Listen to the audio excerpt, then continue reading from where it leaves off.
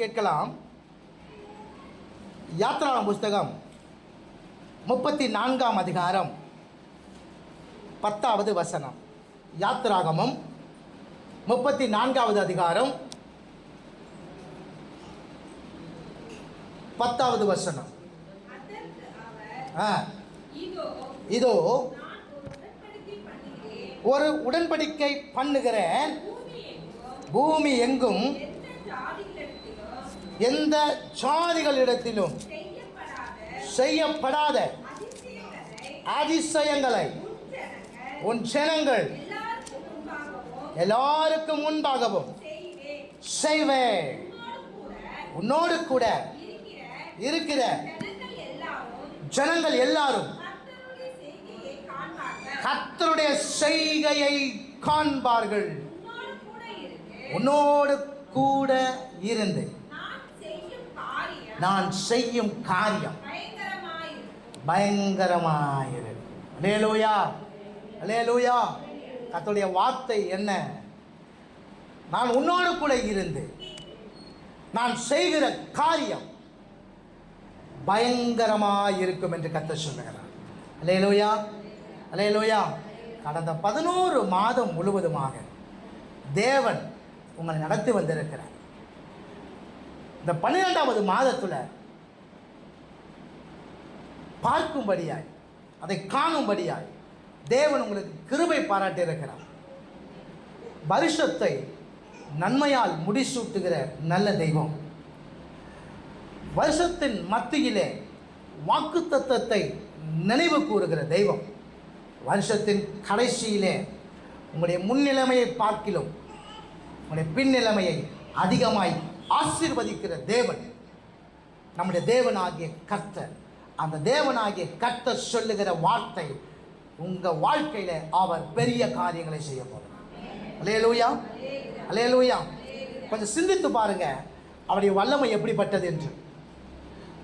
கொஞ்சம் நினைத்து பாருங்கள் அவருடைய சக்தி எவ்வளவு பெரியது என்று சொல்லி. கொஞ்சம் நீங்கள் இந்த கடந்து வந்த இந்த மாதங்களை, இந்த நாட்களை நீங்கள் கொஞ்சம் திரும்பி பார்த்தீங்க அப்படின்னா கர்த்தர் உங்கள் வாழ்க்கையில் செய்திருக்கிற காரியங்கள் எப்படிப்பட்டது என்பதை நீங்கள் நினைத்திருப்பீர்கள். அல்லேலூயா, அல்லேலூயா. அவர் எப்படிப்பட்ட காரியங்களை அவர் செய்கிறாராம்? பெரிய காரியங்களை செய்கிறாராம். ஆமென்.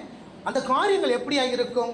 1 சாமுவேல் 12ஆம் அதிகாரம் 24வது வசனத்தை நாம் வாசிக்க கேட்கும் பொழுது, 1 சாமுவேல் 12ஆம் அதிகாரம் 24வது வசனம்.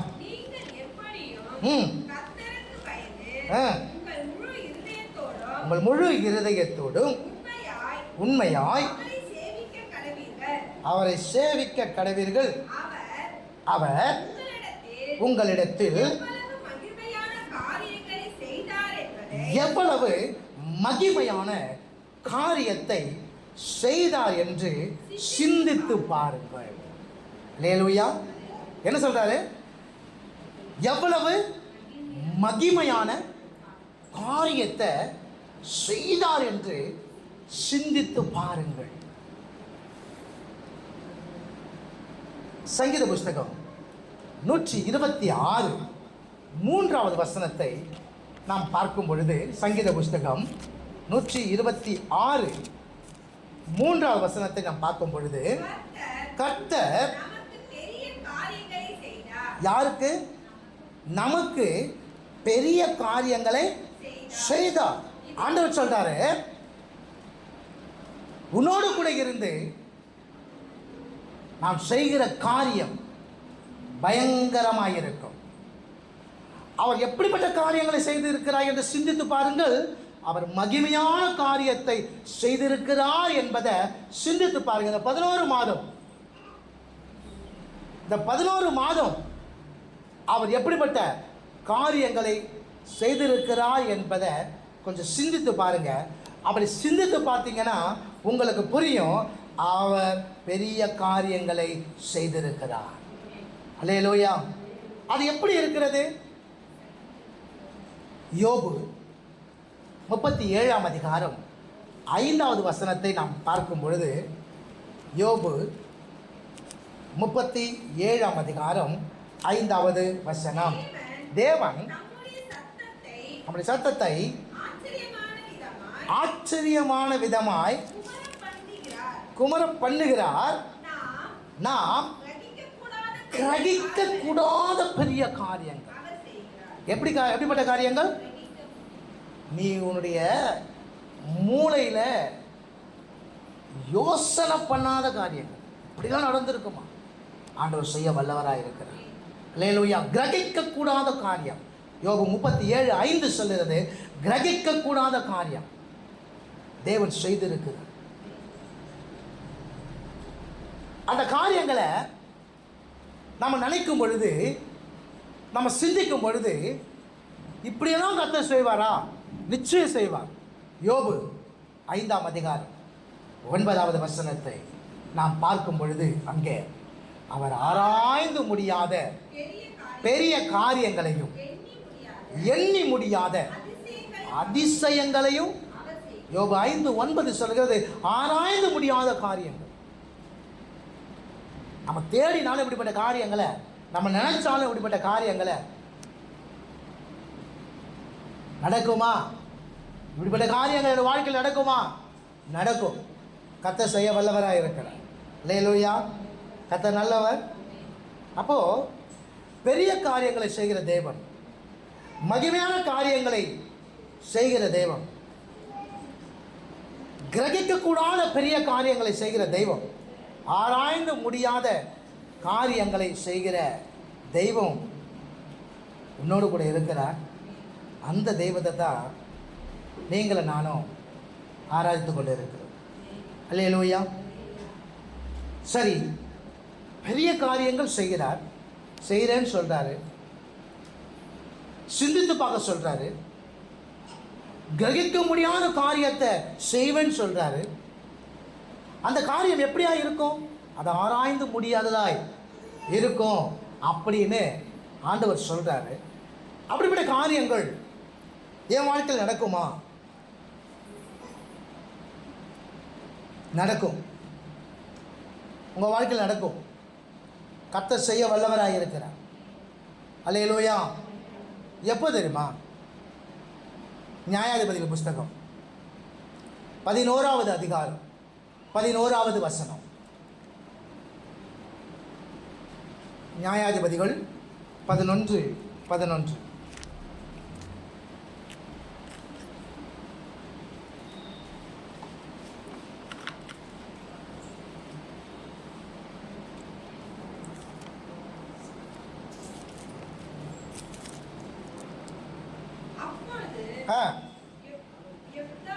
அப்பொழுது யெப்தா கீலேயாத்தின் மூப்பரோடு கூட போனால், ஜனங்கள் அவனை தங்கள் மேல் தலைவனும் சேனாதிபதியுமாக வைத்தார்கள். யெப்தா தன் காரியங்களை எல்லாம் மிஸ்பாவிலே எங்க சொன்னா? யெப்தா எதை சொன்னா? யெப்தா தன் காரியங்களை. யெப்தா தன் காரியங்களை எல்லாம் எங்க சொன்னானா?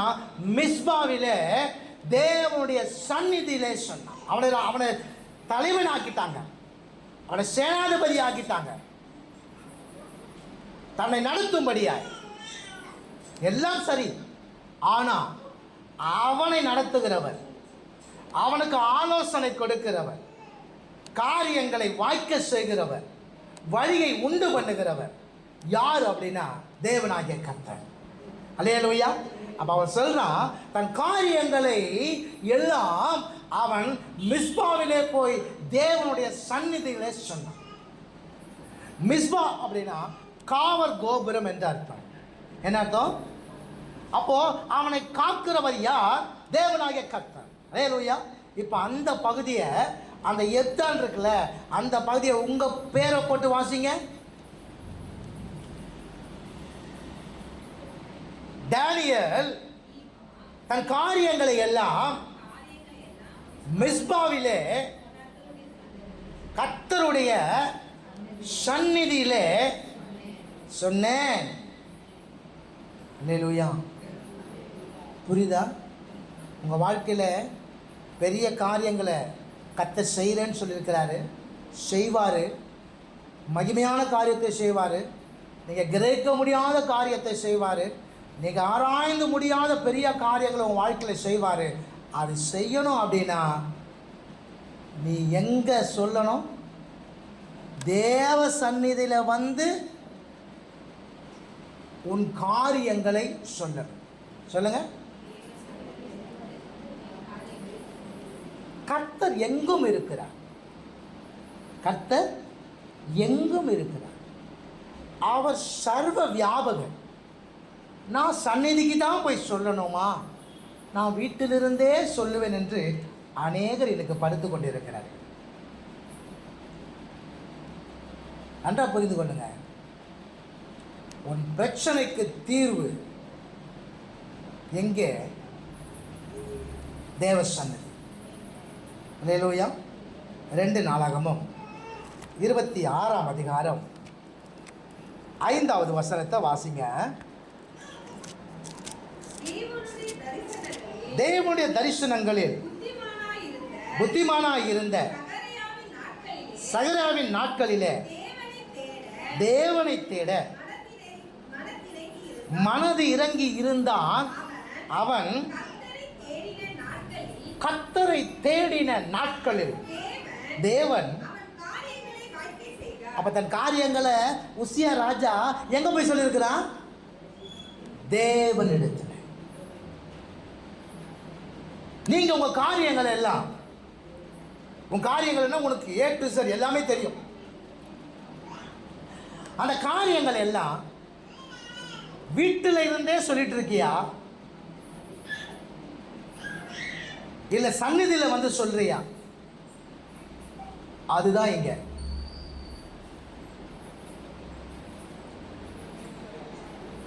சபை கூடி வருதலை தேவன் விட்டு விடாதிருப்பீர்களாக என்று சொல்லப்பட்டிருக்கிறது. அல்லேலூயா. உன் காரியங்கள் எதுவாக இருக்கலாம். அது தேவையாக இருக்கலாம், பலவீனமாக இருக்கலாம், எதிர்காலத்தை குறித்த காரியமாக இருக்கலாம், இல்லை கட்டுகளோடு இருக்கிற அதாவது விடுதலை ஆக வேண்டிய காரியமாக இருக்கலாம். எதுவாக இருக்கட்டும், தேவ சந்நிதிக்கு வந்து சொல்வதற்கு நீ தயாராகணும். ஆமென். அல்லேலூயா.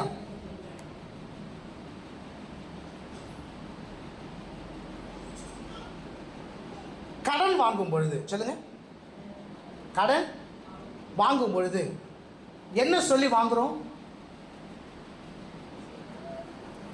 கடன் வாங்கும் போது என்ன சொல்லி வாங்குறோம்? திருப்பி கொடுத்துருவேன். அப்போ உனக்கு நம்பிக்கை இருக்கா? உனக்கு விசுவாசம் இருக்கா? ஆமாவா இல்லையா? கடன் வாங்கும் பொழுது நான் என்ன பண்ணுறேன்? திருப்பி கொடுத்துருவேன் என்ற, அப்போ உனக்கு திருப்பி கொடுப்பேன் என்ற நம்பிக்கை உனக்கு இருக்கு. இருக்கா இல்லையா? விசுவாசம் இருக்கா இல்லையா? ஏன் கடன் வாங்குற? உங்ககிட்ட இல்லை. உங்ககிட்ட என்ன பண்ணல? இல்லை. உங்ககிட்ட இல்லை, வாங்குற. ஆனால் நான் திருப்பி கொடுத்துருவேன் என்ற ஒரு நம்பிக்கையோடு கூட, நான் விசுவாசத்தோடு கூட என்ன பண்ணுறேன் அப்படின்னா நீ கொடுக்குற. கரெக்டா? அல்லேலூயா. அந்த நம்பிக்கை விசுவாசமும் உனக்கு உடம்பு சரியாமல் ஏன் இல்லாத போது ஆண்டவர் சுகம் கொடுக்க மாட்டாரா? அப்போ புரியுதா? அந்த வியாதியின் நேரத்தில், இந்த பலவீனத்தின் நேரத்தில் நாம தேவ சமூகத்துக்கு வரணும் என்ற அந்த உணர்வு ஏன் இல்லை? தாய் புரிந்து கொள்ளுங்கள்.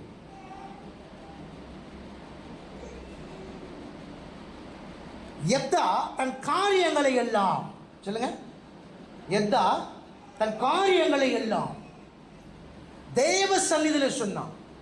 அங்கதான் இருக்கு விடுதலை, அங்கதான் இருக்கு உனக்கு உன்னுடைய எல்லா காரியங்களும். உசியா ராஜா தன் தகப்பனுடைய ராஜ்யத்தில் அவன் பங்கு பெறுகிறான். அவன் யாரும்? அவன் அப்பா ராஜா, அமைச்சர் ராஜா.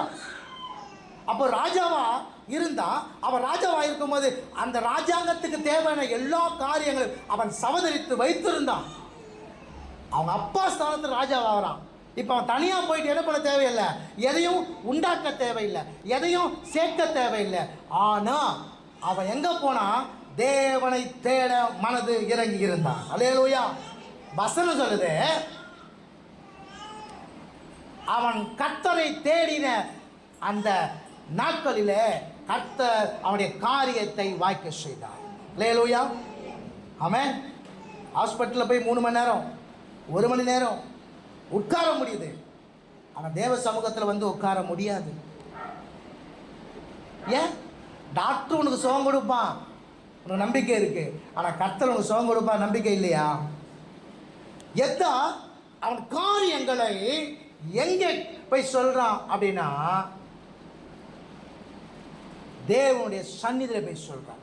அல்லேலூயா. ரூத் 1ஆம் அதிகாரம் 6வது வசனத்தை வாசிங்க. ரூத்துக்கு எழுதின புஸ்தகம் 1ஆம் அதிகாரம் 6வது வசனம்.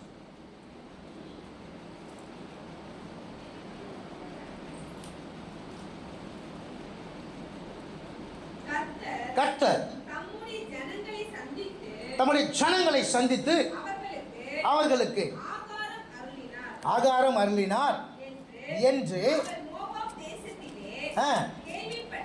அவன் அந்த விஷயத்தை, ஏன்னா இங்கே மோவாபில் பஞ்சம், இப்போ கர்த்தர் அங்கே ஆகாரத்தை கொடுக்கிறார் என்பதை கேள்விப்பட்டு நகோமி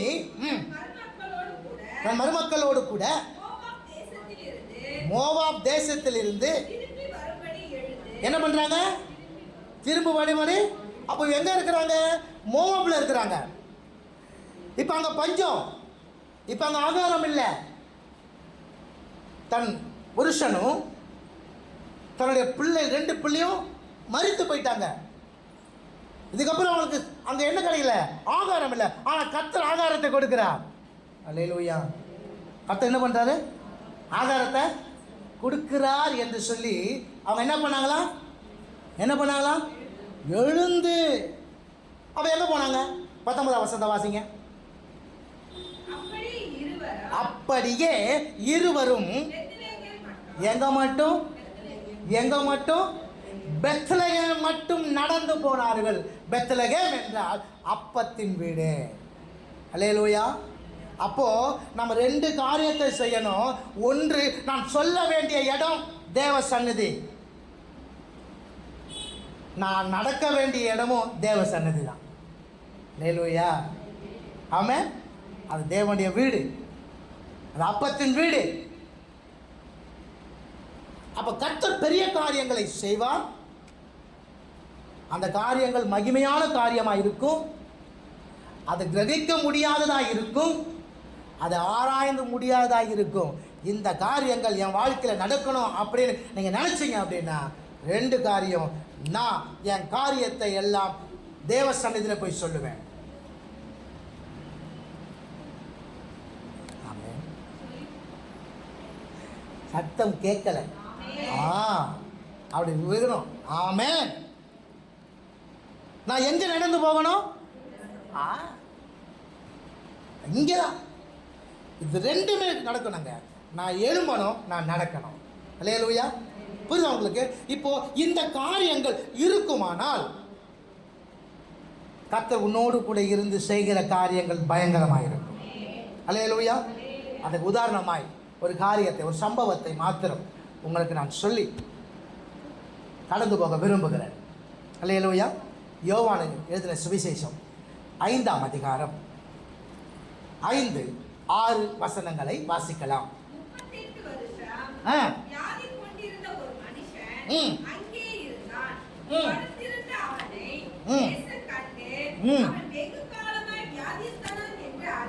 அறிந்து அவனை நோக்கி சொஸ்தமாக விரும்புகிறாயா என்று யார் கேட்டார்? யார் கேட்டாரு? யார் கேட்டது? இயேசு என்ன பண்ணாரா? கேட்டார். அல்லேலூயா. மறந்துடக்கூடாது. உன் காரியத்தை எங்கே சொல்லணும்? தேவ சந்நிதி. நீ எங்கே எழுந்து நடக்கணும்? அப்பத்தின் வீடு. இங்கே தான் உனக்கு ஆதாரம், இங்கே தான் உனக்கு பதில் இருக்குது. இங்கே தான் உனக்கு என்ன இருக்குது? இங்கே தான் உனக்கு என்ன இருக்குது? இங்கே தான் இருக்குது. 38 வருஷமாக வியாதி கொண்டிருந்த ஒரு மனிதனை ஆண்டவராகிய இயேசு சந்திக்கிறார். அல்லேலூயா. இப்போ அவன்கிட்ட சந்திச்சு அவன்கிட்ட ஒரு காரியத்தை கேட்கிறார். என்ன? நீ சொஸ்தமாக வேண்டும் என்று விரும்புகிறாயா? அல்லேலூயா. ஆமென். இப்போ உங்களுக்கு பொருளாதார குறைவு இருக்குது. இப்போ இந்த பொருளாதார குறைவு இருக்குது அப்படின்னா நீங்கள் ஆண்டவர்கிட்ட சொல்லும் பொழுது, அப்போது ஆண்டவர் கேட்குற ஒரு கேள்வி அது. இப்போ உங்களுக்கு ஒரு பொருளாதாரத்தில் பிரச்சனை இருக்குது. இப்போ ஆண்டவர் சமூகத்தை வந்து நிற்கிறீங்க. இப்போ ஆண்டவர் கேட்குறார், உனக்கு என்ன பிரச்சனை? உனக்கு என்ன பிரச்சனைன்னு கேட்குற ஆண்டவர் கேட்குறாரு, சொஸ்தமாக விரும்புகிறாயா? அப்போ என்ன பிரச்சனைன்னு அறிந்திருக்கிறாரா இல்லையா? ரைட். இப்போ பொருளாதார தேவைக்காக வர, அதை ஆண்டவர் அறிவாரா அறிய மாட்டாரா? இப்போ என்ன கேட்பாரு? உனக்கு அந்த பொருளாதார பிரச்சனையிலேருந்து நீ விடுதலை ஆகணுமா? ஆண்டவர் கேட்பார். சரி. பலவீனமாக வர, இப்போ ஆண்டவர் என்ன கேட்பாரு? உன் பலவீனத்திலிருந்து நீ சுகம் பெற வேண்டுமா கேட்பார். கரெக்டா? இப்போ அதற்கு என்ன பதில் நாம் திருப்பி சொல்லணும் அப்படின்னா, ஆண்டவரே எனக்கு கடன் பிரச்சனை இருக்குது, அதனால் என்ன பண்ணணும், அந்த கடனை தீர்க்கும்படியாக எனக்கு என்ன பண்ணுங்க, பணம் தாங்க. கரெக்டா? இல்லை கை வலிக்குது கால் வலிக்குது அப்படின்னா எனக்கு என்ன பண்ணுங்க, சுகம் கொடுங்க. கரெக்டா? இதானே சொல்லணும். 7ஆம் வசனத்தை வாசிங்க. அதற்கு வியாதியஸ்தன், ஆண்டவரே தண்ணீர் கலக்கப்படும் பொழுது என்னை குளத்தில் கொண்டு போய் விடுவதற்கு என்ன இல்லை, ஒருவரும் இல்லை. நான் போகிறதுக்குள்ளே வேறொருவன் எனக்கு முன்னாடி. ஆண்டவர் என்னங்க கேள்வி கேட்டார்? இவன் என்ன சொல்லணும்? ஆமான்னு ஒரு வார்த்தை சொல்லணும். கரெக்டாக? அவர் தெளிவாக கேட்குறாரு, நீ சொஸ்தமாக விரும்புகிறாயா? ஏன்னா அங்கே 5ஆவது வசனத்தில் நம்ம பார்க்கும் பொழுது, அங்கே பார்த்து 3ஆவது வசனம், அந்த 3ஆவது வசனத்தை பார்க்கும் பொழுது அங்கே நிறைய பேர் இருக்கிறாங்க, பலவீனப்பட்ட நிறைய பேர் இருக்கிறாங்களா இல்லையா? இருக்கிறாங்க தானே? அந்த இடத்துல இவரும் இருக்கிறார். அந்த இடத்துல இவரும் இருக்கிறார். இப்போ ஆண்டவர் கேட்குற கேள்வி என்ன? புரிந்து கொள்ளுங்கள், சொஸ்தமாக விரும்புகிறாயா? அப்போ தெளிவாக இவனுக்கு வியாதி இருக்குது, அந்த வியாதியில் இவன் கஷ்டப்பட்டு இருக்கிறான்னு ஆண்டவர் தெளிவாக அறிந்து தான் அதை கேட்குறாரு. இப்போ என்ன சொல்லணும்? ஆமாம் சொல்லுங்க. ஆனால் இவர் ஆண்டவர்கிட்ட கதை சொல்கிறார் பாருங்க. இவர் ஆண்டவருக்கு தெரியாத போலையும் ஃபஸ்ட்லேருந்து என்ன பண்ணு, இவர் கதை சொல்கிறார். இதே போல தான் நாமும் உன் காரியம் குறித்து நீ தேவ சமூகத்துக்கு வரும் பொழுது அந்த காரியத்தை குறித்து மாத்திரம் நீ சொல்லு. ஆண்டவர்கிட்ட கதை சொல்ல வேண்டாம். ஆண்டவரே நான் போனனாக்கும், நான் நின்னனாக்கும், அவன் என்ன பண்ணனாக்கும், இவன் என்ன செஞ்சானாக்கும், இதெல்லாம் ஆண்டவர் கேட்கவே இல்லை. நான் எதிர்பார்த்தனாக்கும், என் வாழ்க்கை எப்படி இருக்கா, உன்னை உருவாக்கினவன். அல்லேலூயா. அவர்கிட்ட என்ன பண்ண தேவையில்ல, கதை சொல்ல தேவையில்ல. இப்போ ஒரு கற்பனை பண்ணி பாருங்கள். இப்போ அந்த 38 வருஷமாக வியாதியாக இருக்கிற மனுஷன் இருக்கிறான். இப்போ ஏசு அங்கே போய் நிற்கிறாரு. ஏசு அங்கே போய் என்ன பண்ணுறாரு, நிற்கிறாரு. இவன் ஆண்டவர்கிட்ட என்ன சொல்கிறான், கதை சொல்லிட்டு இருக்கிறான். என்னத்தம்மா புரியலை. இவன் என்ன கதை சொல்கிறான்? ஒரு தூதன் வருவான், அந்த தூதன் என்ன பண்ணுவான், எப்பனாவது வருவான், அதை அவன் கலக்குவான். கலக்கும் போது என்ன பண்ணோம், யார் முந்தி போய் இறங்குறாங்களோ அவங்க என்ன ஆகுறாங்க,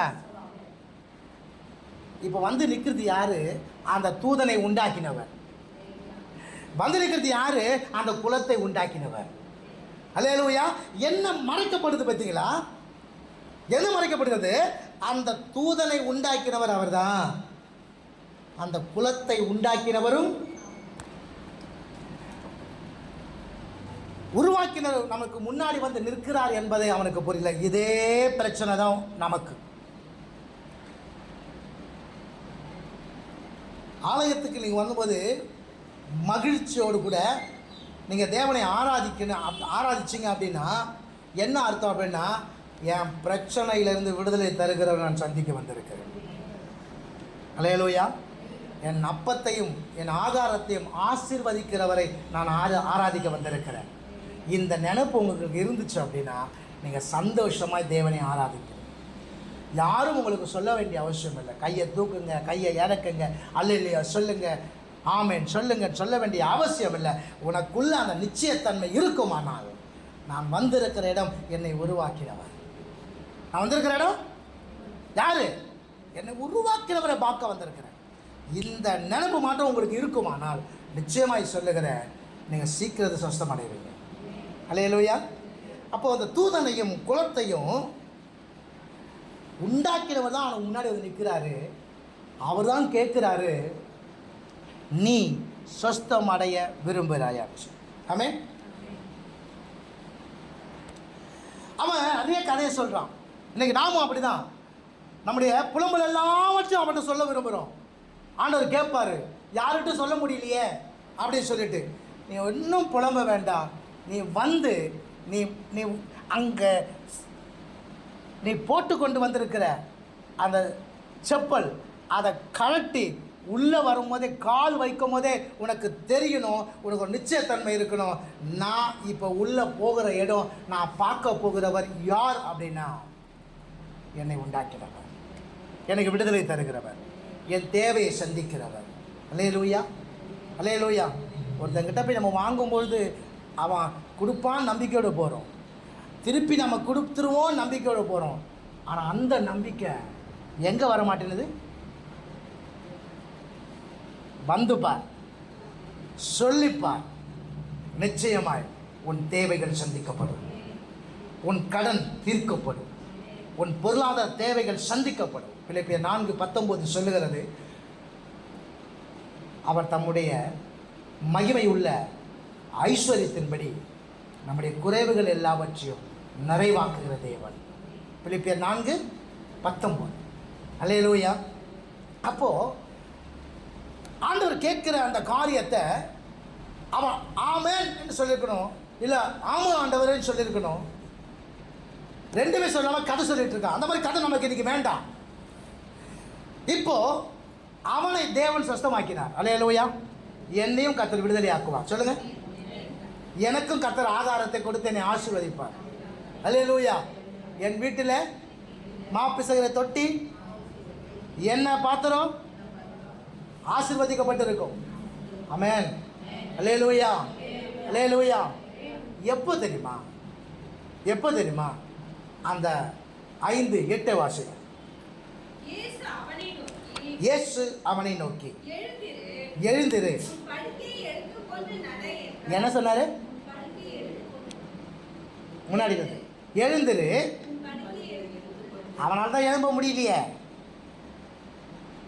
அவனால தான் எழும்ப முடியலையே. இப்போ ஆண்டவர் சொல்றாரு, எழுந்திரு. அவன் ஸ்டேட்மெண்ட் என்ன? 7வது வசனம். குளம் கலக்கப்படும் பொழுது என்னால் போக முடியல, எவனா பண்ணா முன்னாடி போயிடுறான். கர்த்தர் நல்லவர். அவன் புரியுதா அவங்களுக்கு? அவனோட முன்னாடி ஸ்டேட்மெண்ட் என்னன்னா, நான் போகிறதுக்கு முன்னாடி யாராவது என்ன பண்ணிடுறான்? இறங்கிடுறான். அப்போ என்ன அர்த்தம்? இவனால் என்ன பண்ண முடியல? போக முடியல, ஏஞ்சிக்க முடியல, நடக்க முடியல. அதான உண்மை. இப்போ ஆண்டவர் என்ன சொல்கிறாரு? எழுந்து ஒரு காரியத்தை புரிந்து கொள்ளுங்கள். எந்த காரியம் உன்னால் முடியாதுன்னு நினைக்கிறியோ அந்த காரியத்தை தான் உன்னை நடக்க வைப்பார் கர்த்தர். அல்லேலூயா. புரியுதா உங்களுக்கு? செங்கல் இருக்குதுங்க, நல்லா புரிந்து கொள்ளுங்க. செங்கல் இருக்குது, அதை நம்ம கிராஸ் பண்ண முடியுமா? முடியுமா? அதை நடுவே தான் உன்னை நடக்க வைப்பார். யோர்தான் இருக்குது, அதை கடந்து போக முடியுமா? அதன் ஊடாக தான் உன்னை கடந்து போக வைப்பார். எருகம் இருக்குதுங்க, உன்னால் உடைக்க முடியுமா? அதை உடைச்சி உன்னை என்ன பண்ணுவார்? அதன் ஊடாக தான் என்ன பண்ணும், நீ நடந்து போகணும். அல்லேலூயா. அவன் ஒரு வசனத்தை வாசிங்களேன். லூக்கா சுவிசேஷம் 6ஆம் அதிகாரம் 6வது வசனத்தை வாசிங்க. லூக்கா 6:6.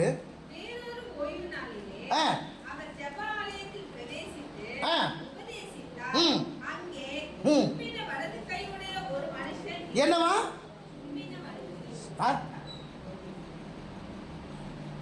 சூ இல்லை, சூ.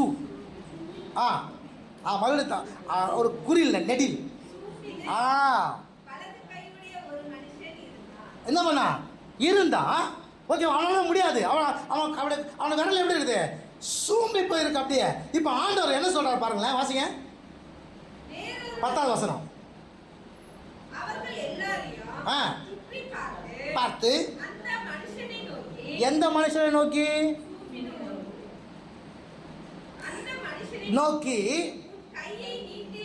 என்ன சொல்றாரு பார்த்தீங்களா? அல்லேலூயா. புரியுதா? உன் பிரச்சனை, உன் வேதனை, உன் உபத்திரவம், உன் காரியம் எல்லாவற்றையும் அறிந்து ஆராய்ந்திருக்கிறவர் என் தேவனாகிய கர்த்தர். எல்லாம் அவருக்கு தெரியும். அந்த காரியத்திலிருந்து நீ விடுதலை பெறணும்னா முதல் காரியம் நீ தேவ சந்நிதிக்கு வந்து சொல்லணும். 2வது காரியம் நீ தேவ சந்நிதியை நோக்கி நடக்கணும். உன் அப்பத்தின் வீட்டை நோக்கி என்ன பண்ணணும்? நடக்கணும். இப்போ இங்கே வரும்பொழுது நீங்கள் என்ன பண்ண, புலம்ப வேண்டாம். என்ன காரியமோ அதை சொல்லு. என்ன காரியமோ அதை சொல்லு. என்ன காரியமோ அதை சொல்லு.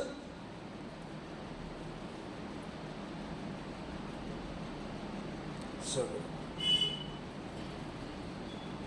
இப்போ சொல்லும் பொழுது நீ எந்த காரியத்தில் முடியாமல் இருக்கிறியோ சொல்லுங்க, எந்த காரியத்தை முடியாமல் இருக்கிறியோ அந்த காரியத்தை தான் கர்த்தர் நடத்துவார். அல்லேலூயா. இல்லையா? நீங்கள் வாசிக்க வேண்டாம்.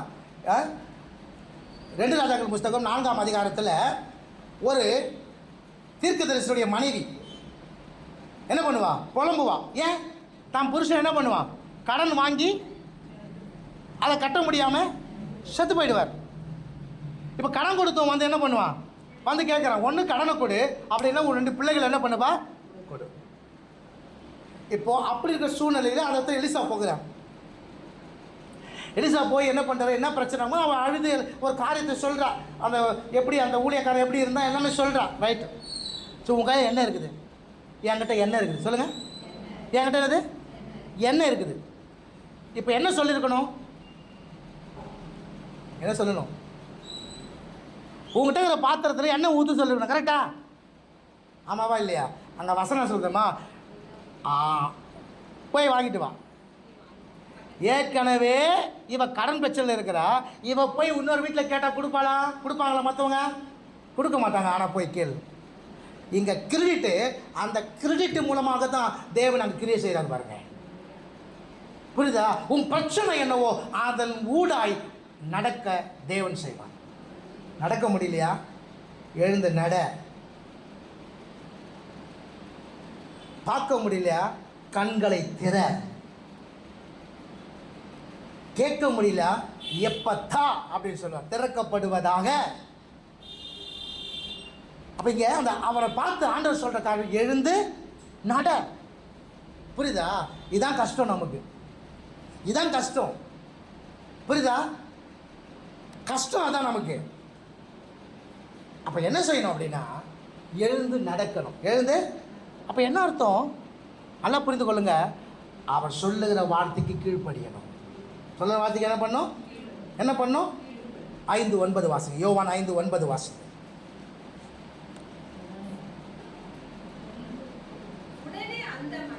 உடனே கொஞ்சம் யோசிக்கல பாருங்களேன்.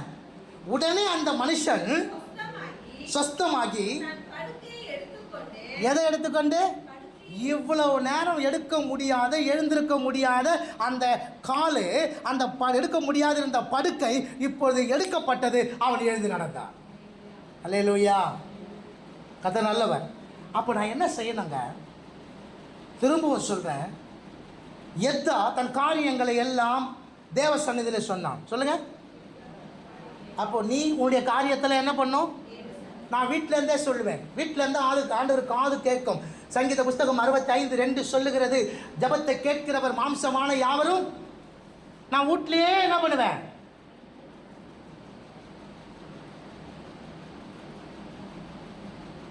உன் காரியங்களை எல்லாவற்றையும் கேட்டு ஆலோசனை சொல்லி உன்னை வழி நடத்துகிற அந்த தேவ சன்னதிக்கு நீ வரணும். அல்லேலூயா. ரெண்டாவது, அப்பத்தின் வீடாகிய பெத்லகேமுக்கு நீ உன் கால் எழுந்து நடக்கணும். உன் பிரச்சனை இடத்துல உட்கார்ந்துட்டு இருக்காத. உன் பிரச்சனை இருக்கிற இடத்துல உட்கார்ந்துட்டு இருக்காத.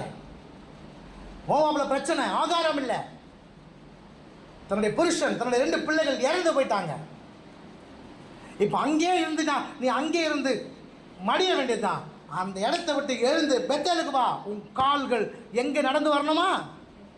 அப்பத்தின் வீடாக இருக்கிற இந்த வீட்டுக்கு நடந்து வரணும். அல்லேலூயா. அப்போ நீங்கள் வரணும். இங்கே வா.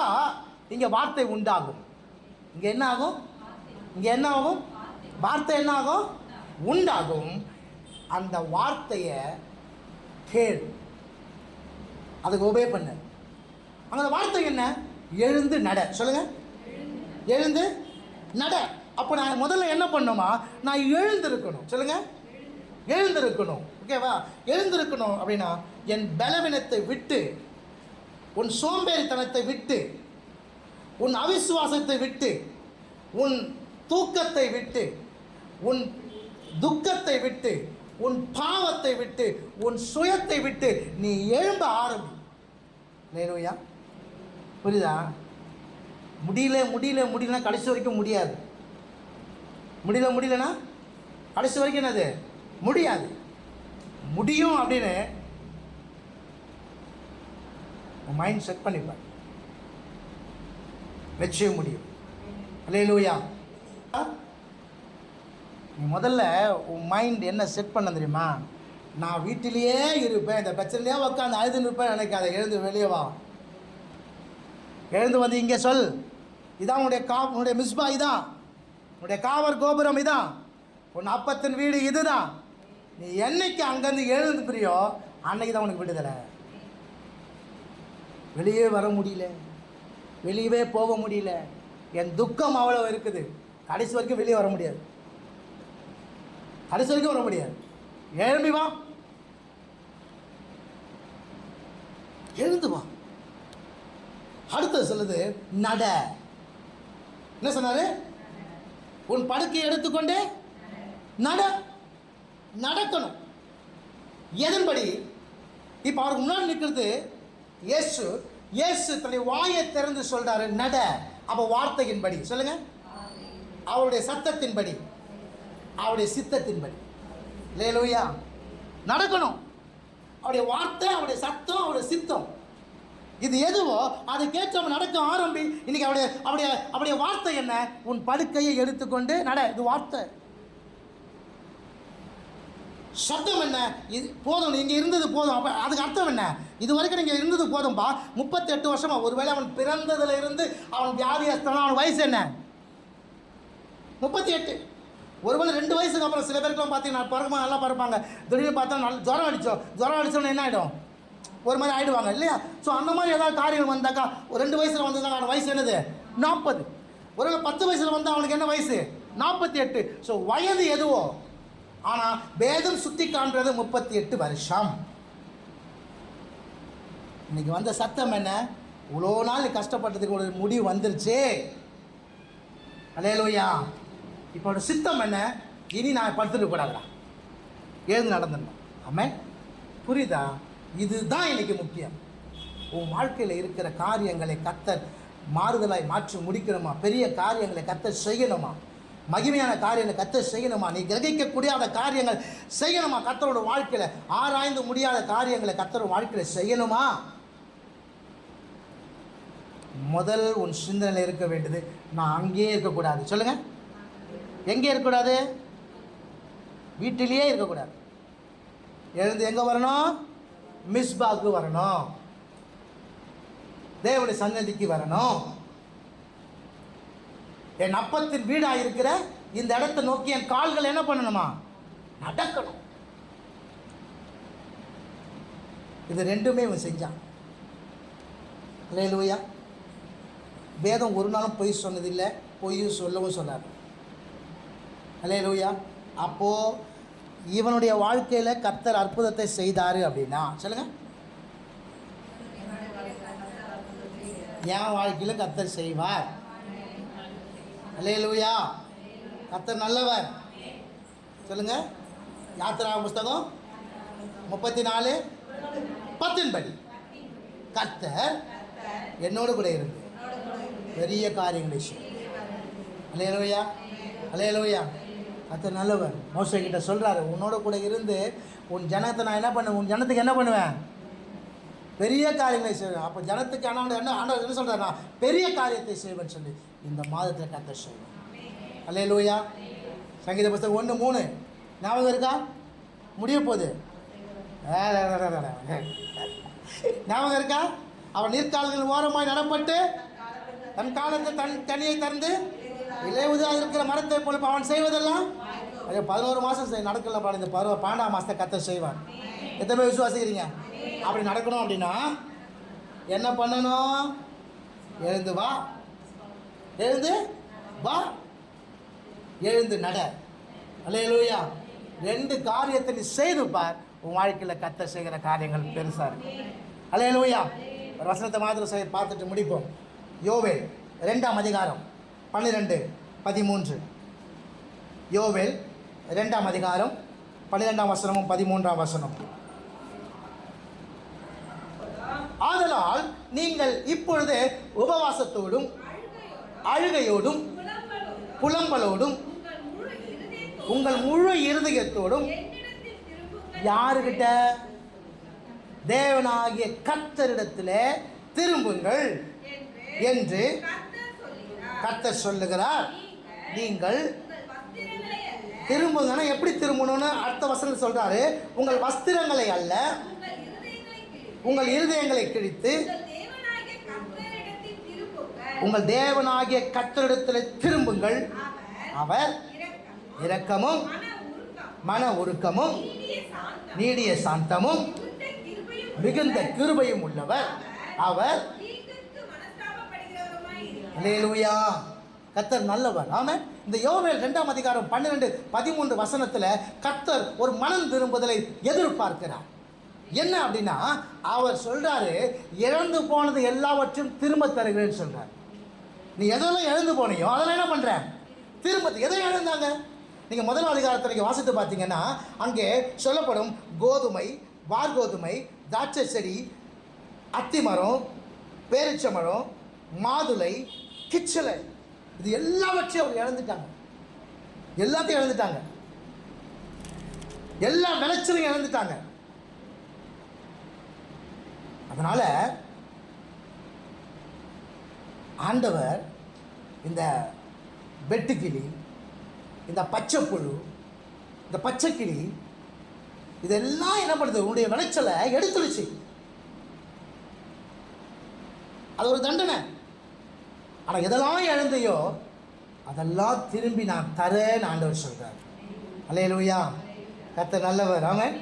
அப்போது இந்த 11 மாதம் முழுவதுமாக ஆண்டவர் உங்களுக்கு கொடுக்க வேண்டிய காரியங்கள் எதுவாக இருந்தாலும் அந்த காரியத்தில் நீங்கள் பின்தங்கி இருக்கிறீங்களா, இல்லை அது கிடைக்கலையா, அது நிமித்தமாய் மனமறந்து இருக்கிறீங்களா? கவலைப்படாதீங்க, ஆண்டவர் பெரிய காரியங்கள் செய்ய போகிறார். அல்லேலூயா.